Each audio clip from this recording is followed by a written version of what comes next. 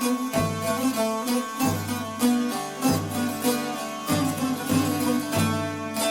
and welcome to the Majlis podcast, Radio Free Europe, Radio Liberty's current affairs talk show focusing on Central Asia. I'm Bruce Pannier, host of the Majlis and author of the Central Asia and Focus newsletter.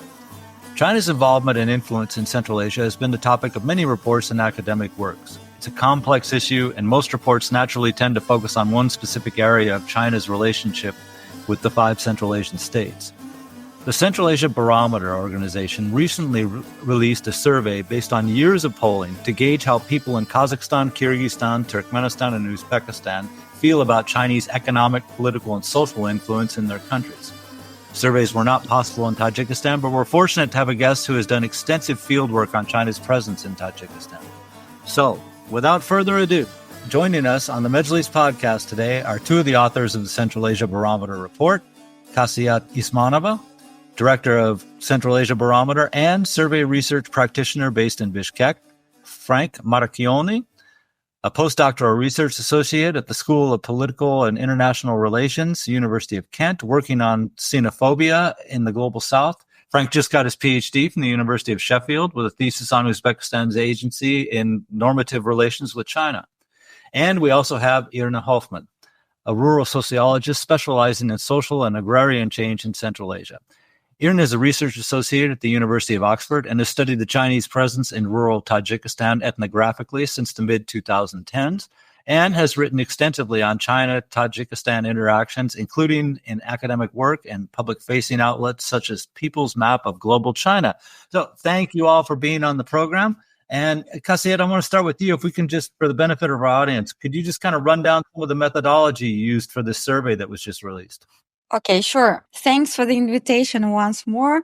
The Central Asia Barometer survey is a biennial survey that started in 2017, and we conducted it actually in all 5 Central Asian countries, including Tajikistan. But in Tajikistan, we had a very limited questionnaire, and for the comparability reasons, the question wordings are different. That's why we didn't include it in the report. But we actually cover all 5 countries within Central Asia Barometer survey.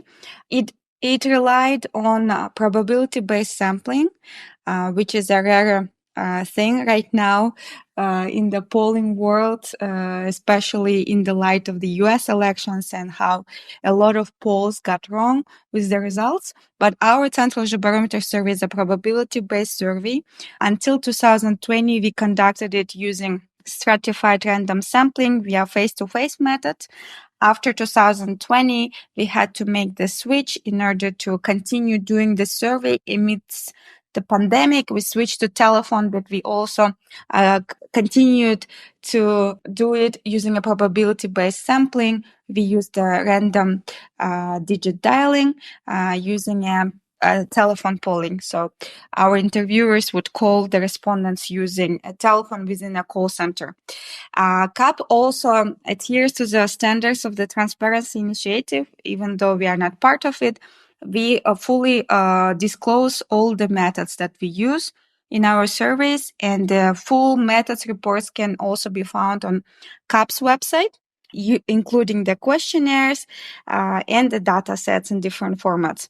We also recently launched a new online data analysis tool, which is a dashboard which saves a lot of time and makes the survey data more accessible to different audiences without any data analysis skills. And all Central Asia Barometer survey data that was collected from 2017 till 2023 in all 5 Central Asian countries is accessible on our website, and it's actually widely used by academics, but we would be happy to see more journalists and students, government officials using the data too.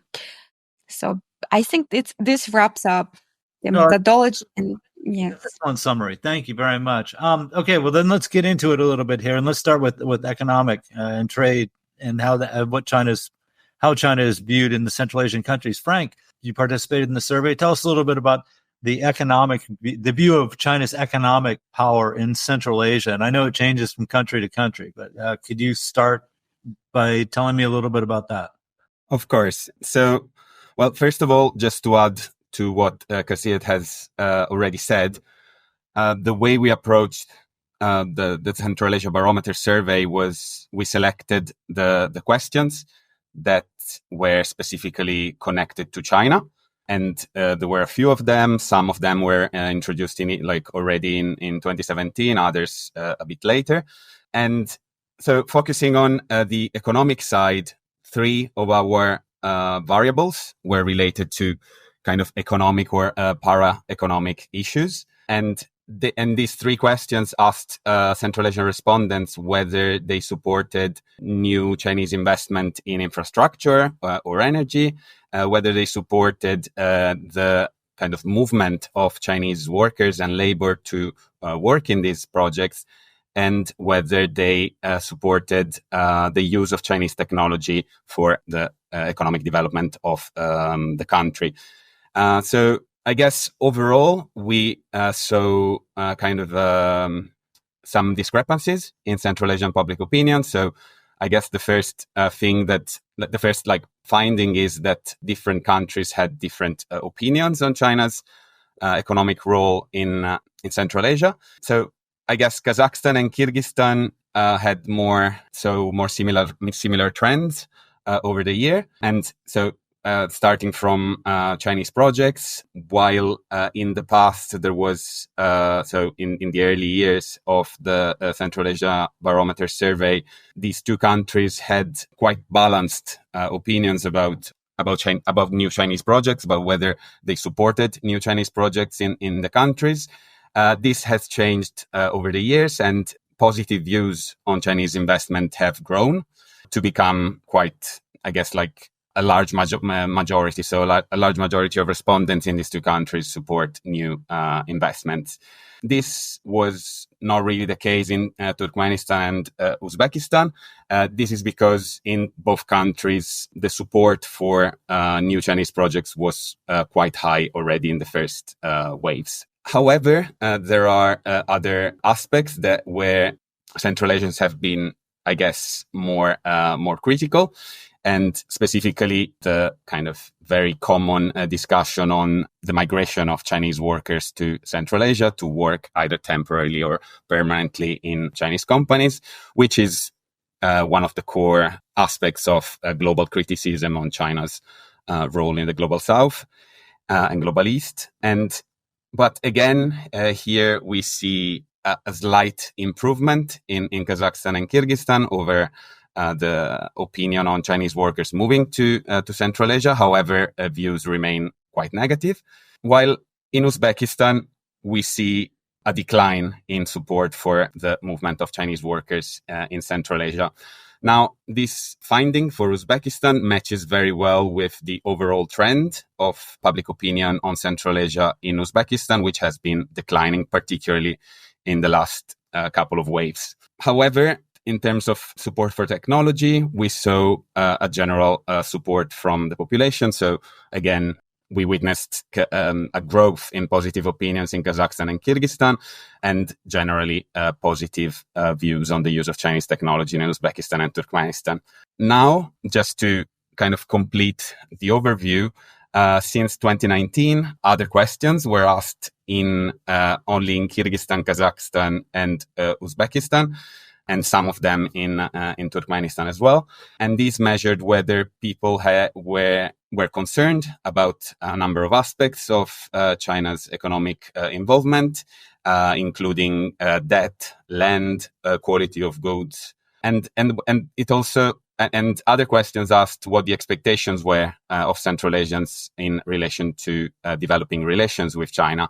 Specifically, they asked whether Central Asians thought that more like a stronger involvement of China in their economies would bring better infrastructures and more job opportunities. And I guess a couple of snapshots of this, because I've been speaking already for a while. I guess a core concern for Central Asians has been over the years land. So the question asked whether respondents were concerned about Central Asian actors, economic actors acquiring land in Central Asia, and this has been a very and And the finding is that in Kyrgyzstan and Kazakhstan, respondents have been overwhelmingly concerned about this aspect, unsurprisingly. However, what is interesting again is that in Uzbekistan, this wasn't always the case, but concerns have been growing over time. In terms of expectations, we see again the same trends in Kyrgyzstan and Kazakhstan, where both expectations on Chinese-led development, bringing improving infrastructures and bringing more jobs have increased over the years, while in Uzbekistan we see a slight decrease. If you have other questions, I can answer them directly. I have many, and we're going to get to them, but I want to give Irna a chance here to talk a little bit about Chinese presence in Tajikistan, economic presence. In some ways, Tajikistan compares more favorably to Kyrgyzstan. You know, China really is the only country that's willing to invest in some of these projects. I'm thinking, for instance, the thermal power plant in Dushanbe. No one else would build this, really, except for China. So what do the Tajiks think? What do people in Tajikistan think about Chinese influence, economic influence in their country? Thank you very much, Bruce. And also, well, thank you very much for the invitation.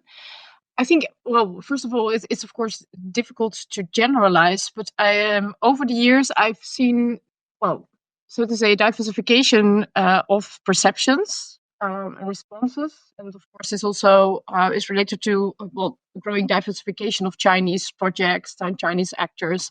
And as a result, more in-person encounters and interactions, so to say, and also the fact that, well, local actors become increasingly involved in these in Chinese projects, right? So whether it's Chinese state-owned enterprises or Chinese, projects by smaller private enterprises, for instance. So I need to think a bit here. So, you know, I mean, in terms of infrastructure projects, how do people in Tajikistan view that? You know, again, some of these infrastructure roads, for instance, you know, things that really no one wants to invest in. So do Tajiks tend to look favorably upon this, or do they think maybe they should be able to do it themselves or find somebody else to do it with them? Regarding infrastructure, I do think on the one hand, people really appreciate and those projects in infrastructure are highly welcome, of course, are very welcome. So in that regard, those projects are welcome, and in that regard, there's a positive attitude towards Chinese projects. But here, I have to address that the projects undertaken by Chinese enterprises are not always financed by the Chinese state. Right? For instance, about the road construction from Dushanbe towards the south to Kurgan and towards the Afghan border, so in Khatlon, it was financed by the ADB. And that's not always known by the population, right? By the people working in these projects. What I do see, for instance, agriculture, but also in the mines, is that on the one hand, of course, the Chinese companies, they provide employment, and the salaries that are offered are higher than when people work for a local company. So that's generally positive development. There are these. I mean, it's very hard to generalize here, but on the whole, I think. It is important to address, and I think this also really comes to the fore in the report by the Central Asia Barometer that there is perceptions are more positive, I think, than what popular media often assumes. I think that's important to address. Mm-hmm. Okay, thank you. You know, one thing before we move on to the political aspect of this, I'm really curious about the presence of Chinese workers, right? And especially personally, I mean, this has been very interesting to me because I was there in Central Asia during the 1990s. Almost every year I was in Central Asia during the 1990s. There were no Chinese at all, right? And for years when I would talk with the people in Central Asia about China, you know, there was a sense of respect, but at the same time, there was kind of a feeling of menace. That they had this big country next to them. They'd been told by Soviet propaganda, of course, for the last few decades of the Soviet Union that China was not their friend. They had a fortified border, you know, with China and all that stuff. And now all of a sudden, here's these people that I remember the first time I saw Chinese workers. Now all of a sudden, here they are. They've never been there before. People have been talking about them and spreading rumors about them and stuff, and now they're on the ground there. Irna, I'll actually start with you in this because in Tajikistan's case, it's kind of unique. Chinese are actually able to farm, work farms in Tajikistan. They've married local women. And of course, I know that there's been problems with road workers where there's been fights and stuff. But I mean, all of a sudden they're there. And it's true in Kyrgyzstan and Kazakhstan, and we'll get to that in a second too. But I mean, they're there and they never were before. But this is like, I suppose, maybe the biggest influx of an outside group since independence. So what do people think about having actually Chinese there in Tajikistan, and they can see them, or do they see them? Do they mix with them? How does that work?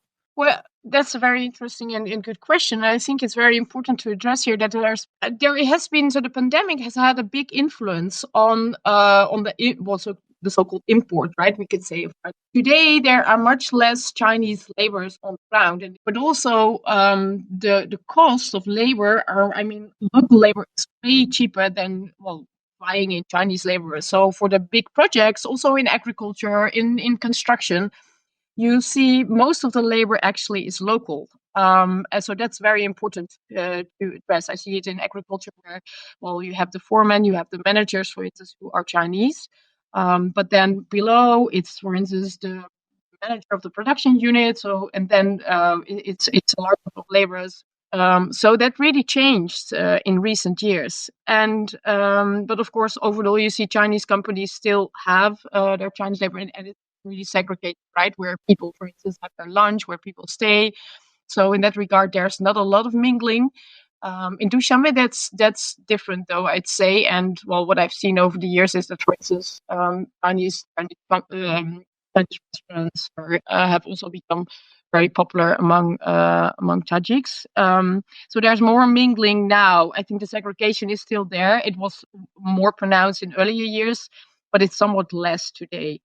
But I think so. This is very important.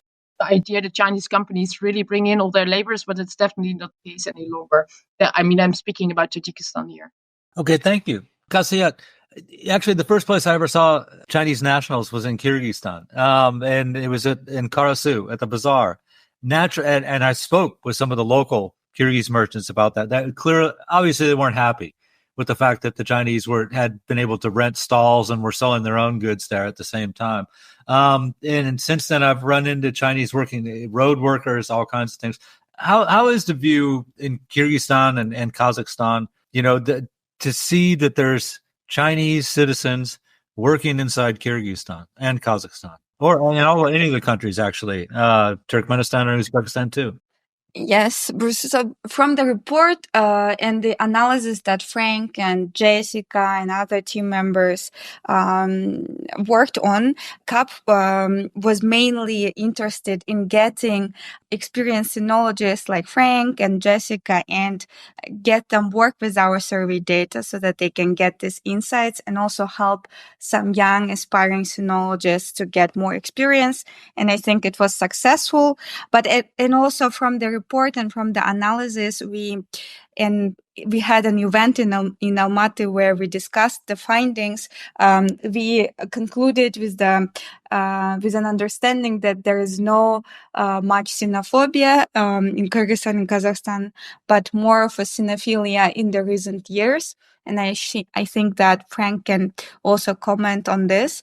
In general, when we in surveys, when you ask about general perception of certain phenomena or like a country, which is a very neutral thing, usually people tend to be positive about countries. Like when we ask about any country, Mexico or Argentina, countries that they which have very little connection to the region, people would still be very positive. And usually it's generally we assume that people would be positive. But when we ask very specific questions, for example, about Chinese workers coming to work to the country or this issue of the land grabs. So there is in the literature and also in the discussions around China and Sinophobia, there is this huge phobia about land grabs, right? And we also talked about it in the report. So when we ask about the specific issues like related to land or the workers or the Chinese vaccine, we also asked during several ways. We asked about human rights in the Xinjiang. So when we ask these specific questions, we can uncover more of actual attitudes of people than when we ask general questions. Briefly, Irna, did you want to add something before I go to Frank here? Yes, thank you. I just briefly wanted to add, Bruce, you referred to the relatively unique presence, right, of Chinese actors. And I think this is interesting to mention, indeed, that when you look at, for instance, the rural areas, presence of, you have a lot of international organizations, donors, and active in various parts of Tajikistan. But for instance, in the southwest, rural areas, you hardly have those. So when you think about, well, the lived experience, for instance, lived experience of geopolitics, this particularly comes to the fore in interactions between Chinese actors and local actors. These people normally don't really mingle with internationals like what happens in urban areas. And another note regarding basically the number of Chinese workers. So the Tajik law or the Tajik state has quota regulations about immigration, so from various countries, and there's an implicit expectation actually that companies within 5 years have 80% local laborers and 20% like foreign laborers. Of course, companies may be able to negotiate this ratio. But so there is pressure on foreign companies, including Chinese, to increasingly hire local laborers. Mm-hmm. Okay, thank you. It's important to add that. Frank, your impressions that you got from the attitudes of Central Asian people toward Chinese workers being on their territory and making money in Central Asia. Well, I think what Irna and Kasiet already kind of introduced is fundamental, but I will start from specifically what Kasiet mentioned, which is how like specific questions really kind of underline the actual attitude and changes in attitude of people towards China, in the sense that, or better, the complexity of the attitude of people towards China. Because when we say China, we tend to imagine the Chinese government, but the reality is that even a centralized kind of system, political system like China, is made up of many actors, and these many actors act in different ways and have different relationships with local actors that they engage with in Central Asia. So when we think of Chinese workers moving to Central Asia, I guess in the past we often would see, as was already mentioned before, groups of kind of coherent demographics and kind of coherent professional roles coming to Central Asia for specific reasons, which could be, building a specific infrastructure or like supporting the first phases of some project. I guess we really have to differentiate between what is kind of the permanent role and the permanent activity of Chinese companies in Central Asia, as opposed to temporary projects. For example, those that Irna was mentioning before, that are also funded through international financial institutions like the Asian Development Bank, but also World Bank, etc.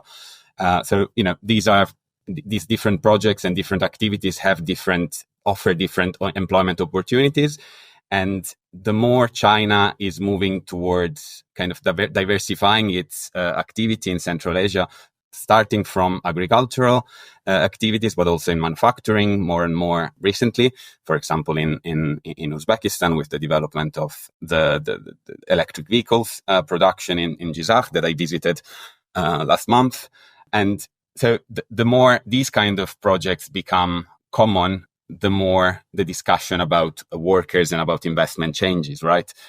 So it is, as Irna was saying, it is less the case in these longer term projects that there is like a majority or a high number of Chinese workers that work in factories or fields in Central Asia. The majority tend to be local people, while managers and specialized workers tend to be Chinese. My expertise is on Uzbekistan, and there, I guess it is very interesting to see that public opinion is becoming warier of Chinese people moving to Central Asia for economic reasons over the years. I think a lot has to do with the fact that in the past there were less of these like kind of longer term projects. So probably the fact that there are a lot of companies all over the country, and specifically in the regions in Jizzakh, in Sirdarya, where a lot of Chinese managers are kind of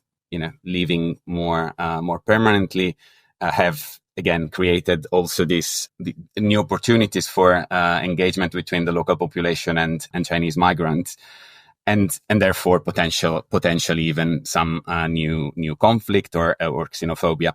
But like in Tajikistan, it's not only the like hiring foreign workers is like you need some registration. There are like a lot of procedures to do that, but it used to be very expensive as well. So there were fees that companies had to pay. Now this is changing, of course, together with the countries, with Uzbekistan's liberalization policy. This is becoming all digitalized. The price is lower. However, this has not really resulted in the employment of mass numbers, like of masses of Chinese workers. And even in terms of managers and specialized workers, what I witnessed was that there is a lot of training and a lot of kind of transfer of kind of specialized knowledge to local researchers in those new projects. So I guess that it's difficult to give like a unique picture of what Central Asian approach is towards Chinese workers, because Chinese workers are different type of workers and work in very different projects and different conditions. Okay, great. Thank you. Kasiet, you wanted to say something? Yes, and I also wanted to add a very interesting observation from the Uzbekistan data that is also featured in the report. How for example, there was a 73% of support in fall 2019, and then it fell to 53% by spring 2020. And I think there is a huge influence of the pandemic and also the media coverage of the pandemic about the Chinese source of the virus. If you remember, there was a lot of speculations in the media about the Chinese source, Han, etc. So what I want to say is that public opinion fluctuates a lot, and we conduct this survey only twice a year. And our dream is conduct this survey every week, because thus we will be able to actually measure public opinion trends more accurately. But when we do the survey twice a year, it's very hard to capture the actual trend. But we are rather capturing different public opinion at some point, at some certain points in public opinion. If I can explain this. And the media and major events, the media coverage of different events have a lot of influence on the public opinion. And also regarding the Chinese workers, also I think the public opinion data also needs to be complemented by qualitative research. And Frank has done a lot of it in Uzbekistan, as I know, talking to people who live around the Chinese factories, different infrastructure projects, which have actual direct experience, lived experience with Chinese workers. And I think their opinion can be absolutely different from the general population's opinion. And CAP survey is a general population survey. We're talking about Central Asian public opinion toward China, and my guests are Frank Maracchione, postdoctoral research associate at the School of Politics and International Relations at the University of Kent, working on xenophobia in the Global South. Irna Hofman, a rural sociologist specializing in social and agrarian change in Central Asia. Irna is a research associate at the University of Oxford and has studied the Chinese presence in rural Tajikistan ethnographically for a decade now. And Kasiet Ysmanova, Director of Central Asia Barometer and survey research practitioner based in Bishkek. Okay, thank you. Irna, you want to say something? Thank you. I just briefly wanted to add that, of course, we have the law in the books, we could say, and the law in practice. So regarding the quota system or the expectation of the 80% or the majority of laborers being local, the question is if that really can be regulated, right? So that's just what I wanted to add. And also following Frank's description or explanation about or statement about the diverse actors, Chinese actors in Central Asia. And yeah, that's a very, very important point. That, well, China is not a monolith, right? So we see a highly diverse range of actors nowadays active on the ground, we could say. So Chinese state-owned enterprises, private or a mix of those, and individuals. And I think it's also interesting to note that, well, for instance, some people who enter Central Asia, or like Pakistan, as a laborer working for a state-owned enterprise, they may stay and actually become engaged in another sector of the economy, and then, well, I think continue individually or continue with local actors. So that's a very interesting development, and it also has an impact on the way in which people understand or perceive China or Chinese individuals. Okay, thank you. Let's talk a little bit about Chinese wares in Central Asia goods. This was one of the things in the CAB survey. This is natural, right? I mean, you go back throughout history, and one of the first things that happens when there's contact between two governments is the businessmen come in right behind them and try to see if they can start selling their goods there. What kind of difference does that make? What do people think when they're buying products, and what products that China makes that are available in Central Asia are attractive to Central Asians? Kasiet? Thank you, Bruce. We also had a question about Chinese technology being used in the country. And I think most of this Chinese technology is China. It's also sourced from China. It's not only Chinese design. So I think this question qualifies to answer you. Here, I think, and I'm sure Frank would be better able than me to comment on this because he is one of the authors of the report. They conducted regression analysis, and I'm sure he will be able to comment more. But in general, what we observed always is more positive attitude, favorable views of Chinese technology. And in general, technology in the region is viewed as something good. It doesn't have negative connotations. Right now, any technology seems like something good. That's why I think there is no negative attitude to without any relation to the source of this technology.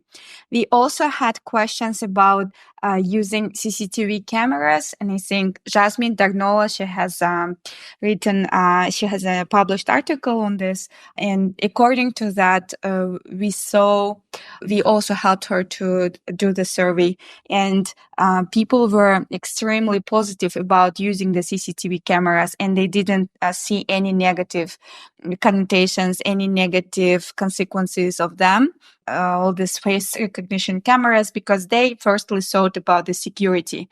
They believed it enhanced the street security. That's why they were more positive about it. And I think it's also the case for the Chinese technology. People they're not much aware about negative sides, and they're more focused on the positive sides of any technology coming to the region, which seems like people are hungry for technology. I think that Frank would be able to comment more. Frank? Yes. Thank you very much, Kasiet. That was a great overview of what we found in the report. I think what I would add is that the two questions that Kasiet mentioned, so the one on Chinese goods and the one on Chinese technology, represent two phases of Central Asian approach to Chinese goods.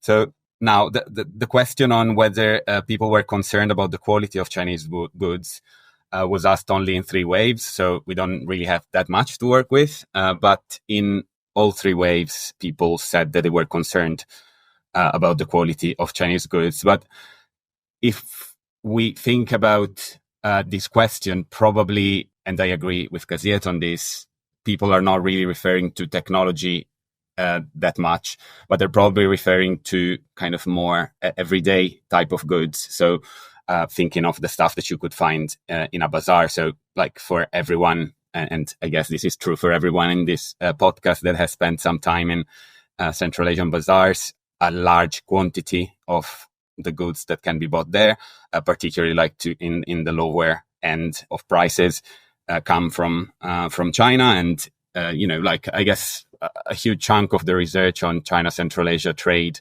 has beyond energy, of course, has focused on this very kind of micro movement of goods through the borders, also through land borders, and then basically like people selling those goods in bazaars. So I guess when we see negative attitudes, I guess they would probably be referred to that kind of goods. But if we look at technology, and Jasmine Dalagnola has worked on that in depth, and I really invite people to read about it. But there's quite a bit of literature on the matter. We think first and foremost about smartphones. So like a lot of smartphones in Central Asia, like in Europe, really, are Chinese these days, including many companies, Oppo, Xiaomi, Huawei, and that is, I think, one important aspect of the presence of Chinese goods in Central Asia. And like all over the world, Chinese technological kind of products have made these like smartphones and other kind of high-tech tools accessible to a larger amount of people because of the lower prices. So, it's not surprising that people are welcoming Chinese technology.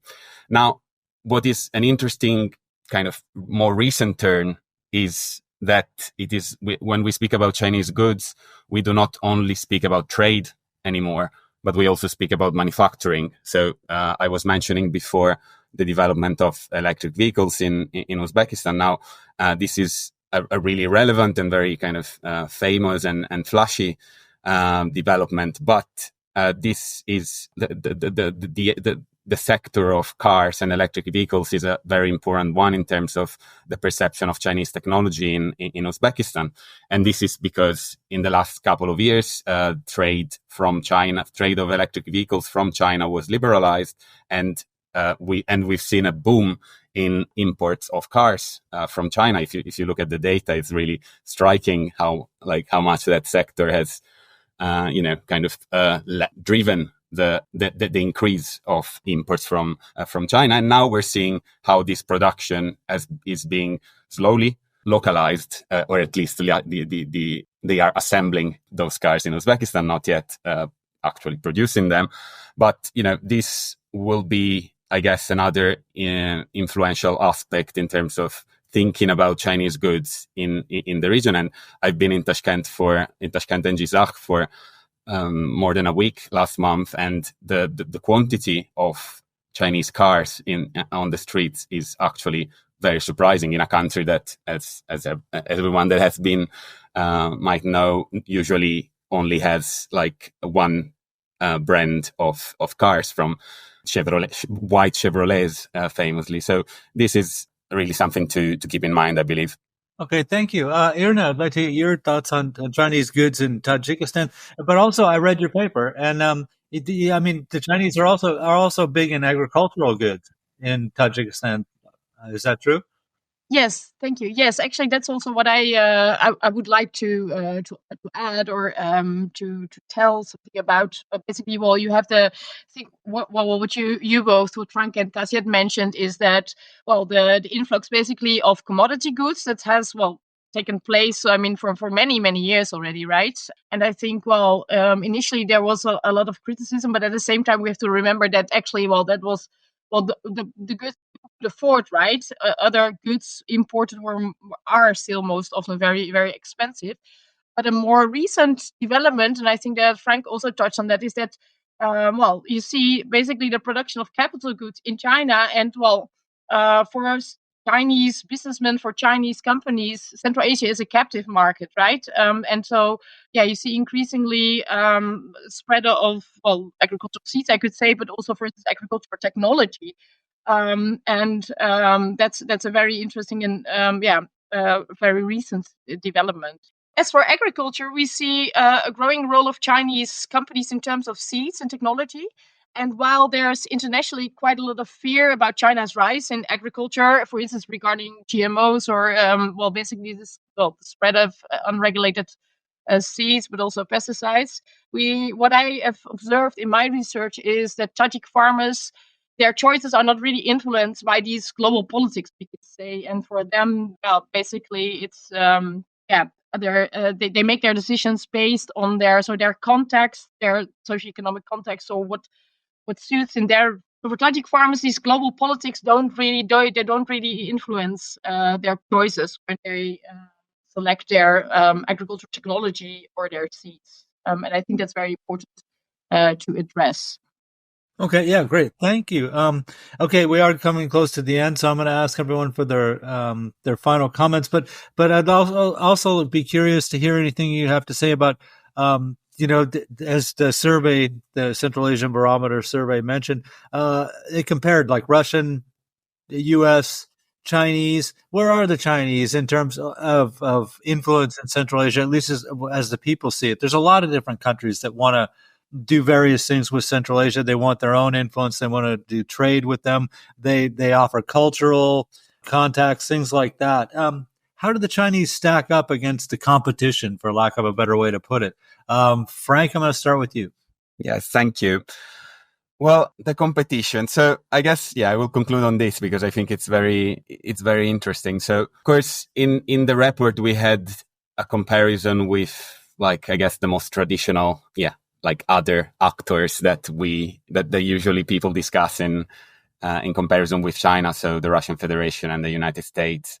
I think starting with the first, what we've seen is that in general, so over the years, perceptions towards Russia have been more positive in Central Asia. Now, this is not a surprise because the Central Asian citizens have a lot of ties with Russia. I think 1 in 3 citizens in Uzbekistan, but it's probably something similar in Kyrgyzstan and Tajikistan as well. So 1 in 3 people have a relative that works or has worked in the Russian Federation. Like I think almost half of the population reads Russian media, and this maybe Kasiet can confirm this data because we didn't really specifically use it in this report. But so there is a lot of contact with Russia, and this creates a lot of attention towards what is happening in Russia, and a lot of purchase of Russian narratives in Central Asia, also through the migrant community. Of course, this is a double-edged sword. And since this spring, and the attack that happened in Moscow, perpetrated by Central Asian migrants, of course, there has been a lot of anti-Central Asian and xenophobic sentiment in Russia, with related anti-migrant legislation and regulations in many regions, and I guess all over the federation, and this as well might have had an influence. And now I say this because if we look at the data, it's another kind of point that we noticed is that public opinion on Russia is declining in at least Kazakhstan, Kyrgyzstan, and Uzbekistan. However, and it would be easy to connect it just to the war in Ukraine, but actually, there are a lot of, I guess, issues related to economic relations, particularly for migration between Russia and Central Asia. And I feel, going back to what Irna was saying in terms of like what the Chinese economy is offering to Central Asians, this is really something that we should keep in mind when we compare Russia and China. So the Chinese economy is, witnessing some like structural change, and part of the structural change is the kind of the change in employment relations and the type of labor that Chinese people are kind of interested or eager to engage in the country and outside, and this opens up a lot of opportunities for offshoring of Chinese companies abroad, and what I was speaking about before is part of this. So I guess the balance between migration and new employment opportunities, and therefore between migration to Russia and new employment opportunities offered also by the thousands of Chinese companies that are operating in Central Asia, are like a good thing to keep in mind. This is not to say though that Russia is disappearing from Central Asia. Thousands of Russian companies also opened in the region. But I guess more work should be done to explore what exactly these companies are doing in the regions. And as for the US, and maybe I will leave to others the floor because I'm speaking as always a bit too much. As for the US, I guess what we witnessed was declining public opinion on the US in Uzbekistan, and quite like I guess not that much change in a decline in Uzbekistan and in Turkmenistan, while not that much change in other countries where opinions have been balanced. As Kasiet usually says, usually we expect positive opinions. However, like generalizing over the West, it is important to keep in mind that more and more Western companies, but also Western countries are offering opportunities and kind of economic connections to Central Asia, also as part of, for example, of Uzbekistan's liberalization policies and prospects to join the World Trade Organization, as well as new migration opportunities to tackle the issues arising from the post-Crocus Hole attack, as well as the war in Ukraine. So there is also some movement from Europe and generally the West. Okay, thank you. Kasiet? Yes, thanks, Frank. I think Frank covered a lot of things, but what I can add is that our aim with the report was also the understanding that in the region we have very little number of country experts on China, speaking Chinese and knowing a lot about their own country's relations with China. And we tried to create this report as a resource for them or as an inspiration for them to do more research.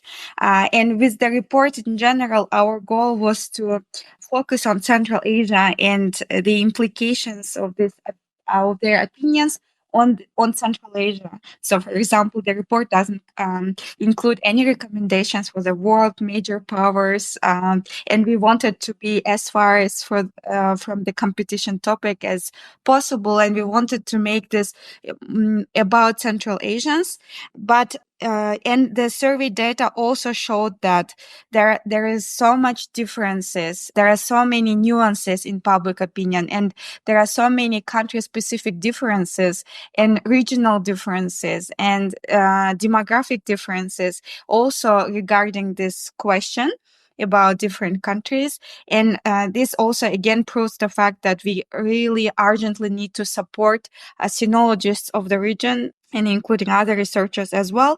And from the report, we have a small part which covers this topic. And we also see that the opinions to different countries, they are not really connected to each other, even though Central Asians consume a lot of Russian media, as Frank noted.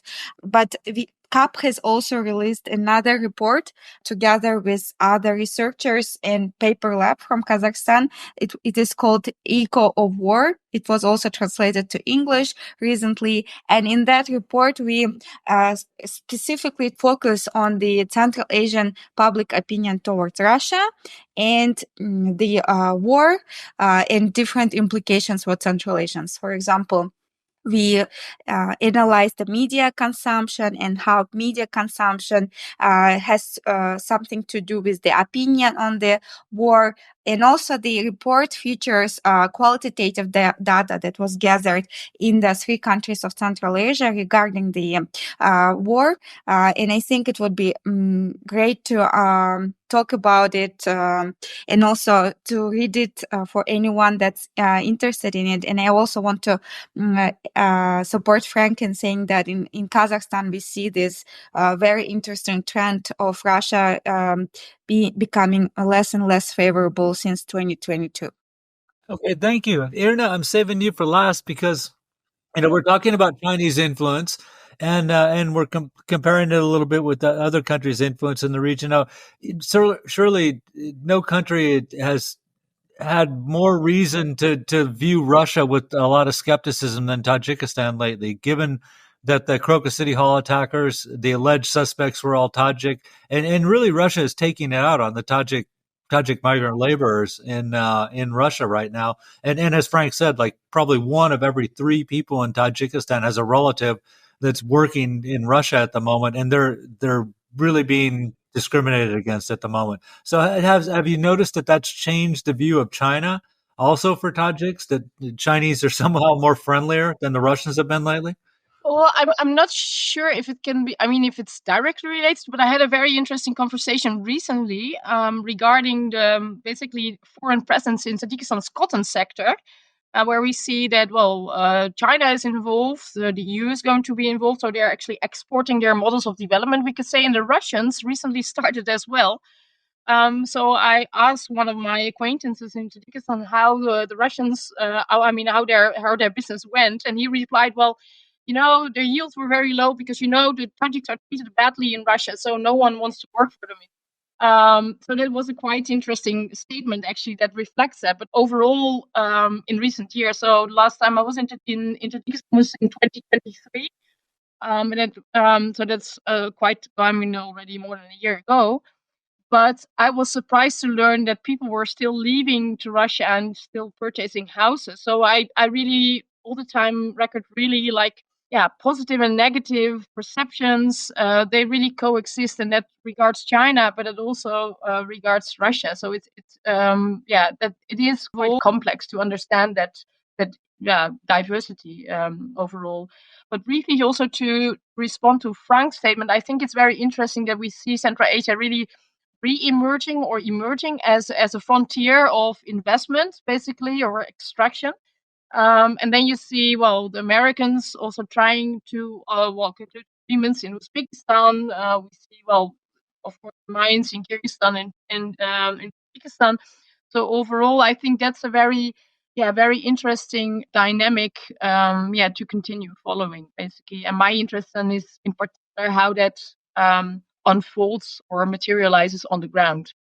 Okay. Well, thank you very much. Obviously, we could do this conversation for a couple days, actually. But I do thank you for being on the program today to share some of your insight with our audience. So thank you, Irna, Kasiet, and Frank for being on the program.